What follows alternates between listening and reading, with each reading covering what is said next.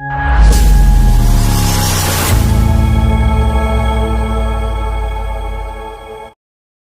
মুখ্যমন্ত্রী মমতা বন্দ্যোপাধ্যায়ের অনুপ্রেরণায় এবং হুগলির সাংসদ রচনা বন্দ্যোপাধ্যায়ের পৃষ্ঠপোষকতায় আজ চুঁচুড়ার রবীন্দ্রনগর সূর্যসেন শিক্ষা নিকেতনে অনুষ্ঠিত হল এক বিশেষ বিনামূল্যে স্বাস্থ্য পরীক্ষা কেন্দ্র। এই মহতী অনুষ্ঠানে উপস্থিত ছিলেন রাজ্যের কৃষি বিপণন ও পরিকল্পনা মন্ত্রী বেচারাম মান্না। তার সঙ্গে ছিলেন চুঁচুড়ার বিধায়ক অসিত মজুমদার এবং জেলার একাধিক বিশিষ্ট ব্যক্তিবর্গ।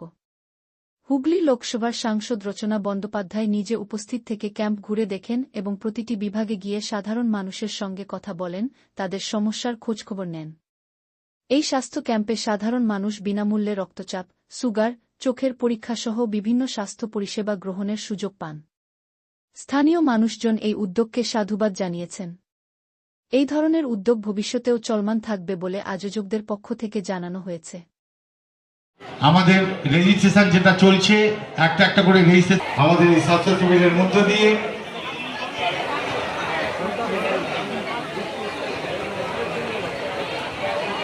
সেই জায়গাটা আপনাদের কিন্তু এই মন্ত্রী যে প্রস্তাব দিয়েছেন সেই প্রস্তাবকে আমরা সার্টিফাই এখন দেবাশিস মুখার্জির হাতে আমি মাইক্রোফোন তুলে দিচ্ছি। বড় উদ্যোগ নিয়ে এগোতে এখনো পারিনি, তাই আমি ধীরে ধীরে করছি, দুটো দুটো করে জায়গা করে করছি। কালকে ধনিয়াখালীতে করেছিলাম, আজকে আমি চুঁচুড়াতে করছি। কালকে ধনিয়াখালীতে আমাদের চক্ষু পরীক্ষা হয়েছে এবং তার সাথে আমরা আর্টিফিশিয়াল লিম্ব দিয়েছি সবাইকে। আজকে আমাদের অল ওভার ফুল বডির ডায়াগনোসিস সেন্টারের মতন আমাদের খোলা হয়েছে, যাতে এখানে স্বাস্থ্যর সব রকম পরীক্ষা যাতে হয়, ব্লাড প্রেশার থেকে সুগার থেকে তারপরে তোমার চক্ষু পরীক্ষার অ্যারেঞ্জমেন্ট করা হয়েছে। সব রকম টেস্টিং এখানে হচ্ছে আজকে এবং আশা করি মানুষ উপকৃত হবে।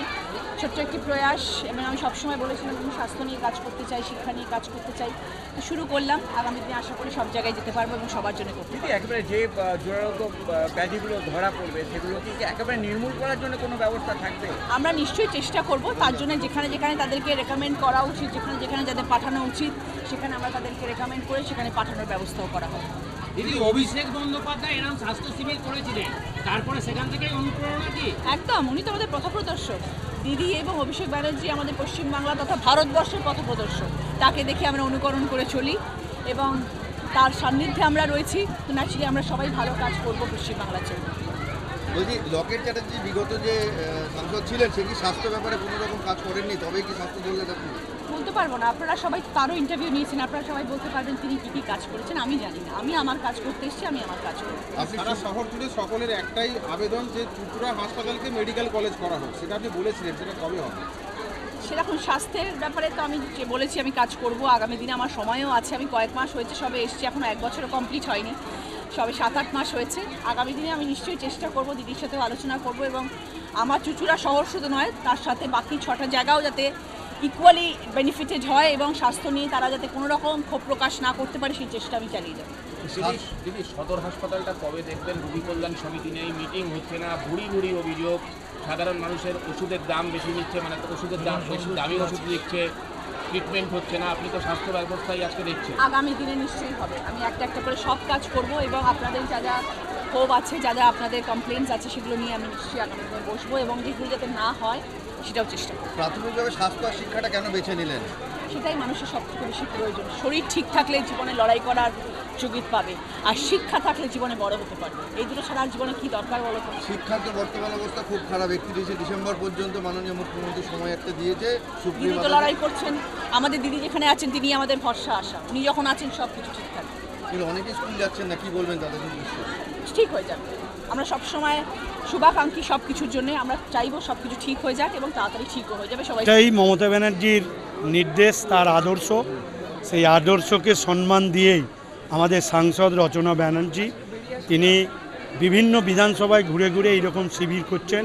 চক্ষু পরীক্ষা, স্বাস্থ্য শিবির, বিভিন্ন স্বাস্থ্য বিষয়ক পরীক্ষা, কৃত্রিম অঙ্গদান, হুইল চেয়ার, এমনকি যারা খেলাধুলায় কৃতিত্বের সাথে অর্জন করেছে তাদেরও সংবর্ধনা দেয়া, ছাত্রছাত্রীদের সংবর্ধনা, এইসব কাজের মধ্য দিয়েই মানুষের কাছে থেকে থাকতে হবে। তার কারণ হচ্ছে এক শ্রেণীর মানুষ তারা ধর্ম জাতি নিয়ে দাঙ্গা লাগাবার চেষ্টা করছে, আর আমরা আমাদের নেত্রী মমতা বন্দ্যোপাধ্যায়ের নেতৃত্বে এবং রচনা ব্যানার্জির নেতৃত্বে মানুষের সেবামূলক কাজের মধ্য দিয়েই আমরা থাকি। আরেকটা দাদা, আমরা দেখেছি যে স্বাস্থ্য শিবির হয় একদিনের বা দুরারোগ্য যে ব্যাধিগুলো পাওয়া যায় বিভিন্ন পরীক্ষা করে, সেটা সমাধান সূত্র করা হয় না, কিন্তু এই যে হুগলিতে নতুন উদ্যোগ ওটাকে নির্মূল করার এবং সব সাহায্য, এটা কি চোখে দেখছেন? দেখুন, যে যাদের দুরারোগ্য ব্যাধি আক্রান্ত হবে, যেখানে এখানে যেটা পরিষেবা নেই, সেই পরিষেবা যাতে সরকারি স্তরে পাওয়া যায়, আমরা সর্বস্তকরণে